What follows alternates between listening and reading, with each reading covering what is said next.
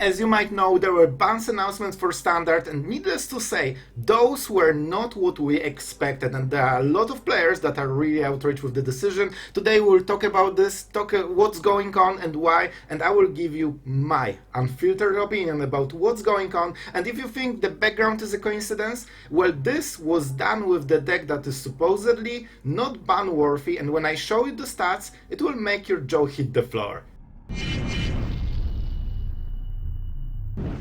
Hello everyone, it's Sloth here, and today a very different video. I actually want to talk with you seriously about Standard and the ban list and give you my opinions on all of this. I will read the announcement, I will explain you what's the outrage, why people big mad, and we will laugh about it, but also I will tell you what I think is going on.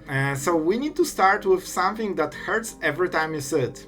It hits hard every time, and I'm recording this for the third time at least.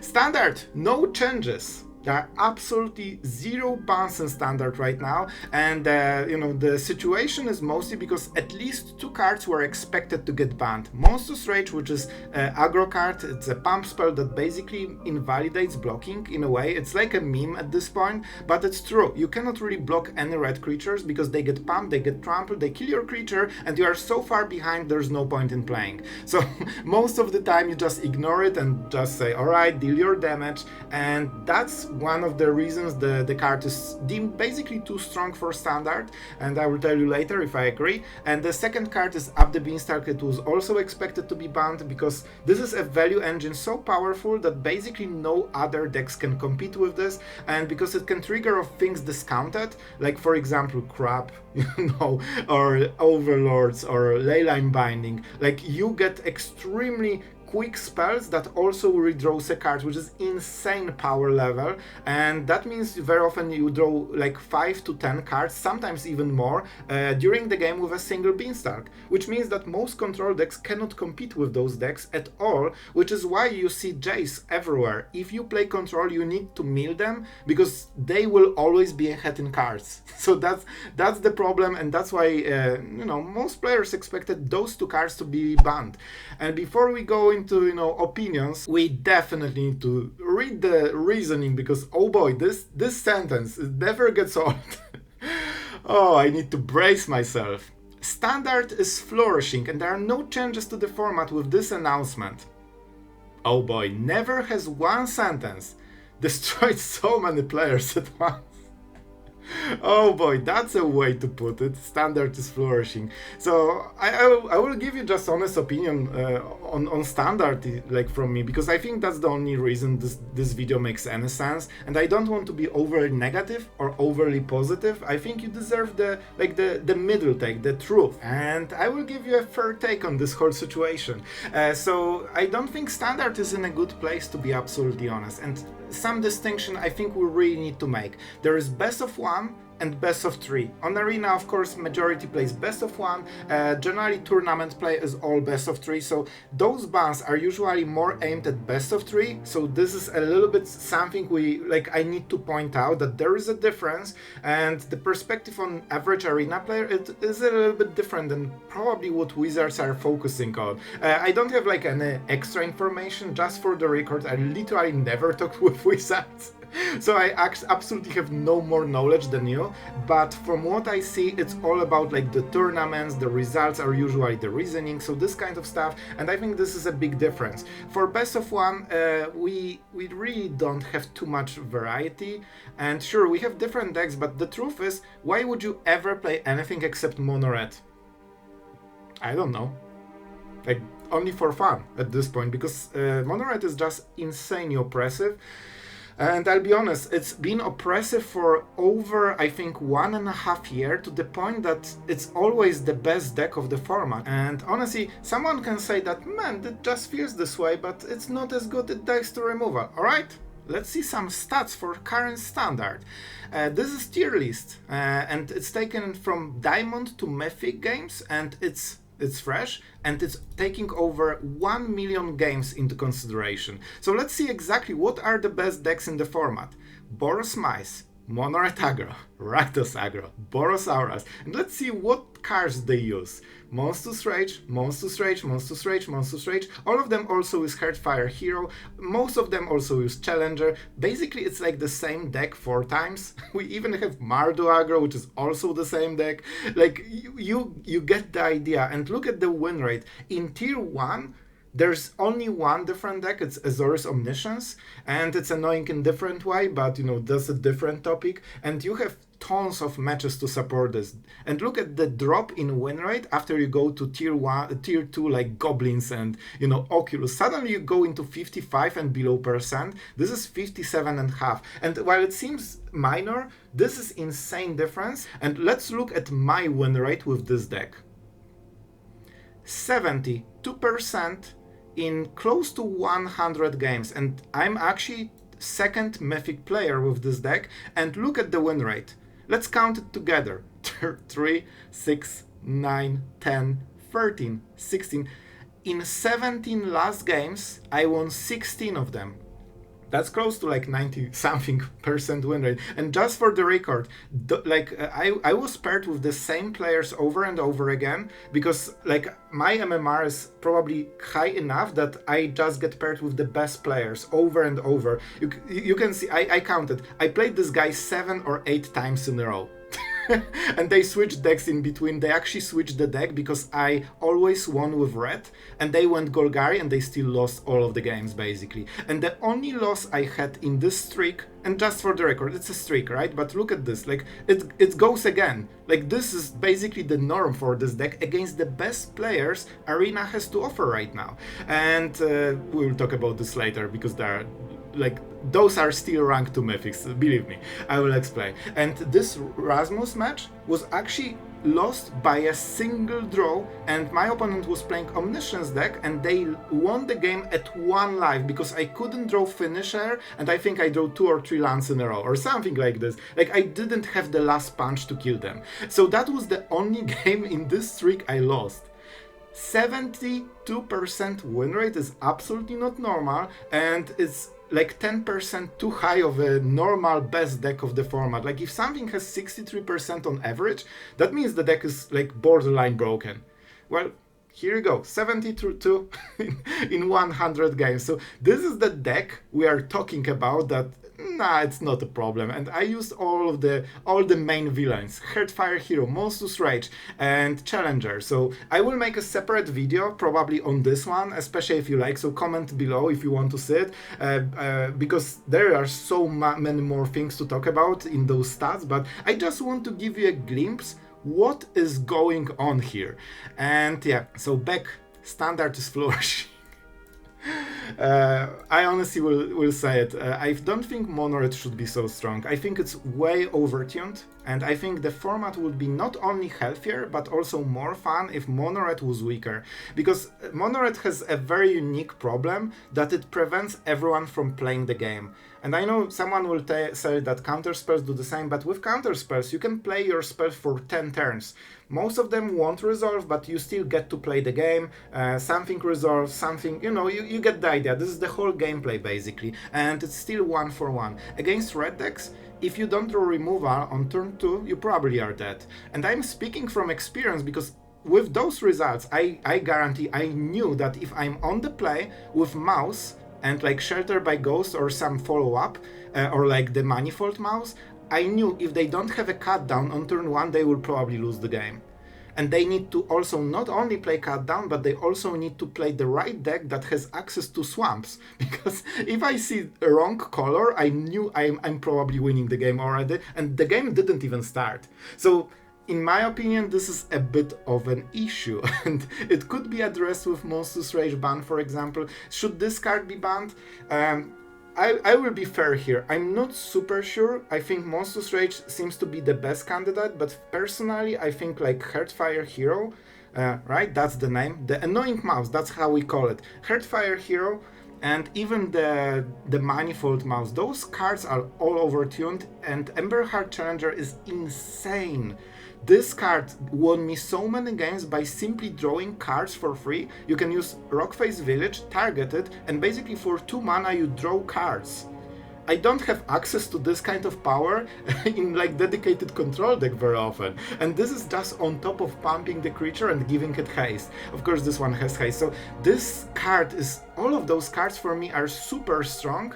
And, you know, this is the question how you want to approach it. But in my opinion, there should be bans. I think red should get hit by a ban hammer, especially that we had bans on Midhook Massacre, Invoke Despair, but you know, I guess the idea is that we don't really ban things. So our approach to standard, banned and restricted updates remains unchanged. We are committed to leaving the format as untouched as possible from one rotation to next, banning cards only if something truly problematic to the health of the format emerges. And I can absolutely confirm this looks to be the case. Generally, bans are considered extremely extreme measure if the game is like unplayable completely. And yeah, there is reason for it. Once I arrive before rotation, we'll consider more nuanced changes with the goals of making format as fun and dynamic as possible for the duration of the next rotation cycle. And the Final Fantasy thing will... yeah, basically they are saying that those two next expansions will probably change something, and then they will see what's going on in standard, and then they will decide. Tarkir is looking good. I'm honestly super hyped for this set. This is probably, like, I think this might be one of the best sets of the year, so I'm truly waiting for it, and we'll see. My huge fear is that, man, we have so many expensive cards with like dragons and stuff. How are you going to play those cards if you need to play removal for first 3 or 4 turns? Then there's question, why do you even play dragon in your dragon deck? Just play removal. And that's something you see in most of the decks, and I get comments like, well, this is another removal pile. Yeah, because if you don't have removal pile, you will die and not play the rest of the game. So that's something I really fear with Dragonstorm. I hope it will be, you know, there will be something there, but we'll see, we'll see. I'm really looking forward to how Tarkir ends, and I'm kinda hyped for it.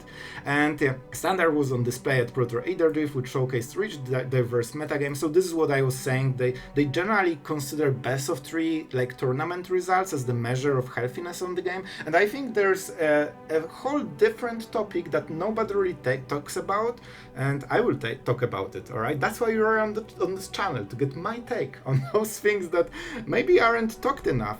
Basically, tournament play and like esports is completely different than the casual gameplay. And you know, I know a lot of you like play tournament gameplay, and that's fine. I'm like impressed. That's super cool. I was playing, you know, in paper many years ago, and this was an experience. Like, this was one of the cooler memories, you know. And I was in national championships as well, and this is super cool. But casual players play completely differently, and I think there's like distinction between like how like the game can be healthy at esports level, or let's say have diversity, which doesn't mean that you can actually play it as a casual player and have fun. And like the truth is, and I think we all know it deep inside our dark hearts, playing against Monored is not fun. It's actually super not fun. And I know there are different decks that are also not liked, so that's a different discussion. I don't want to keep this video kinda short still, so I can make more if you guys want, tell me in the comments. But basically, it's so disheartening when you make your cool deck and then you are against Moonlight. And I will tell you exactly how it looks like, because I know you had the same situation probably. You make the cool deck, you are super hyped, oh my god, I had great idea, now I need to log into Arena, make those cards, find the synergies, and it's like, oh, this will work so well. Then you queue onto the ladder. You see the famous horrifying words, you are on the draw. And you are like, oh my god, it's like a death sentence, but you think, maybe I'm not against Monored, maybe this will be a different deck and it won't matter. And then you see, on the play, Mountain into Heartfire Hero, and then Manifold Mouse, and you know that you are, oh boy, you are done. Then you furiously look for a sweeper, because you know you are so far behind that if you don't draw a sweeper like a lockdown, you'll probably die extremely quickly. So this is the kind of situation that makes you like less excited about making decks, and if you get this situation 3 times in a row, it's just not fun. So I think this is a important distinction.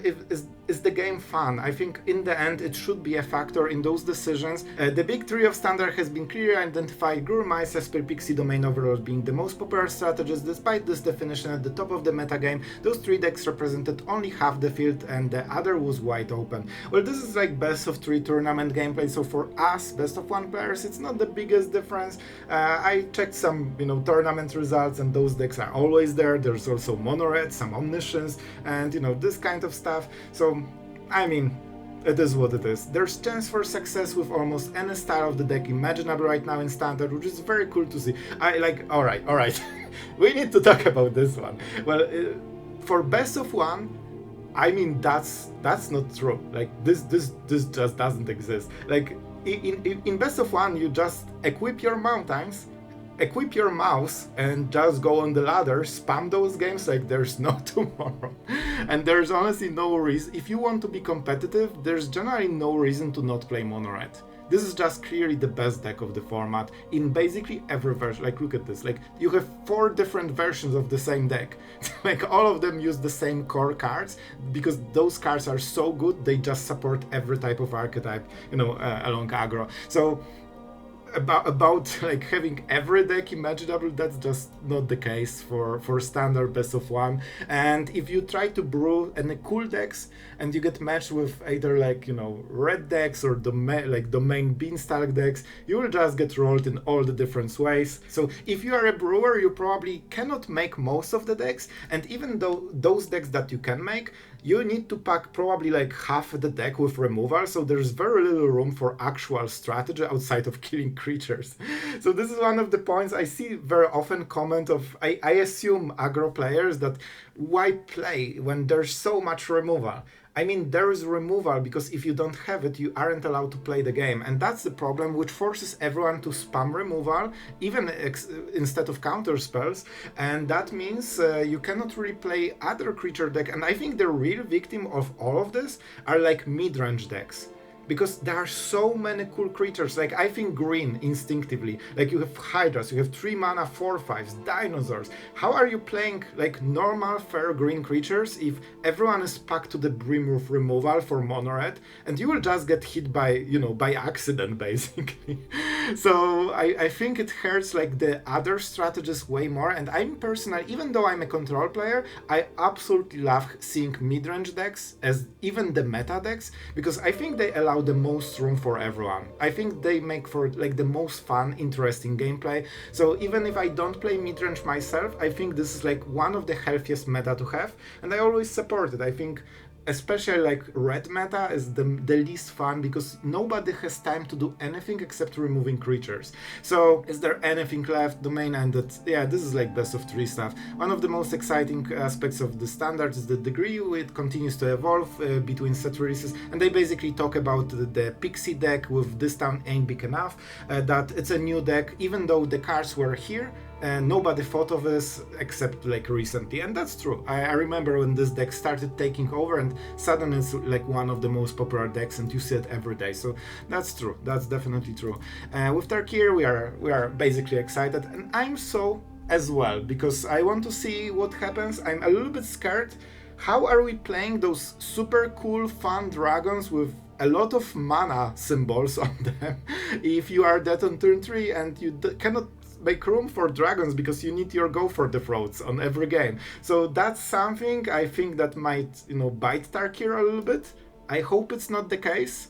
I'm super hyped for the set and I cannot wait, and I have some ideas to carve the aggro, but we will see. With mono reds, it's very hard to imagine anything like 5 mana and more and higher to like realistically play it. I hope it at least wins the game on the spot. Like, enter the battlefield, it wins the game, maybe it's worth paying 5 mana for it.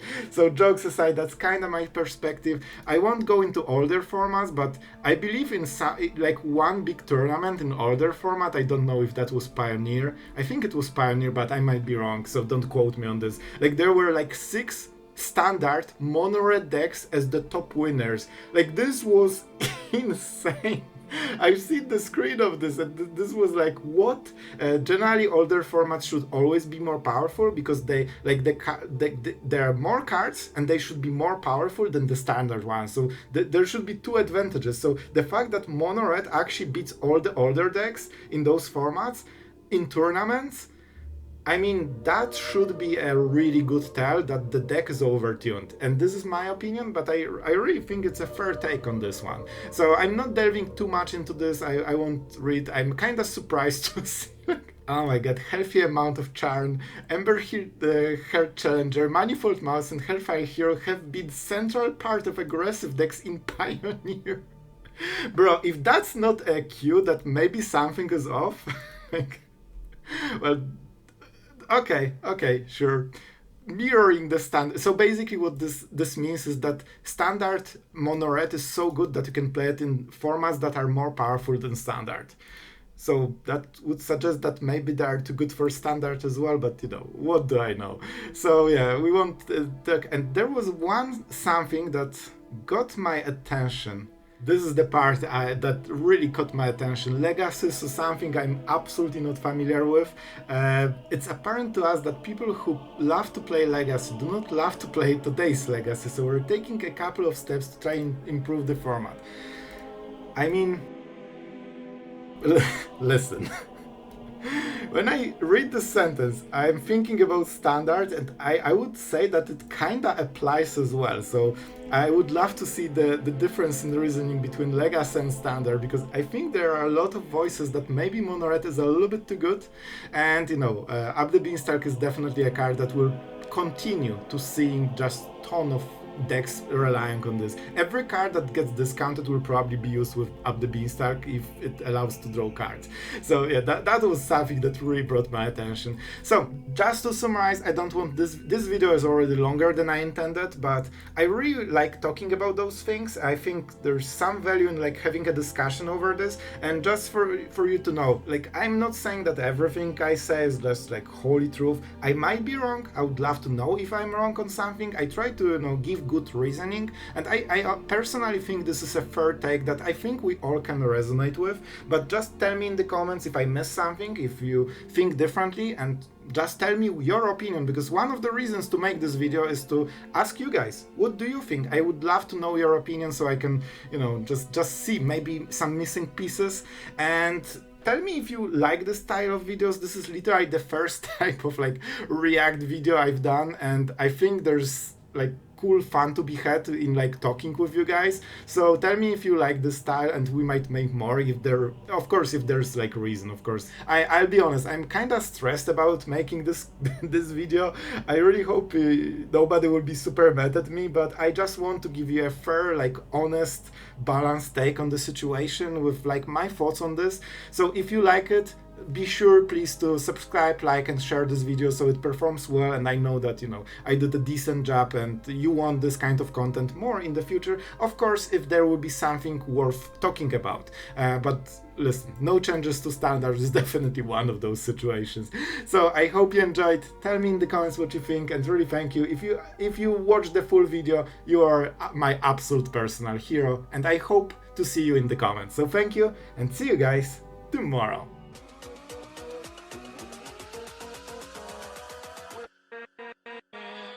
With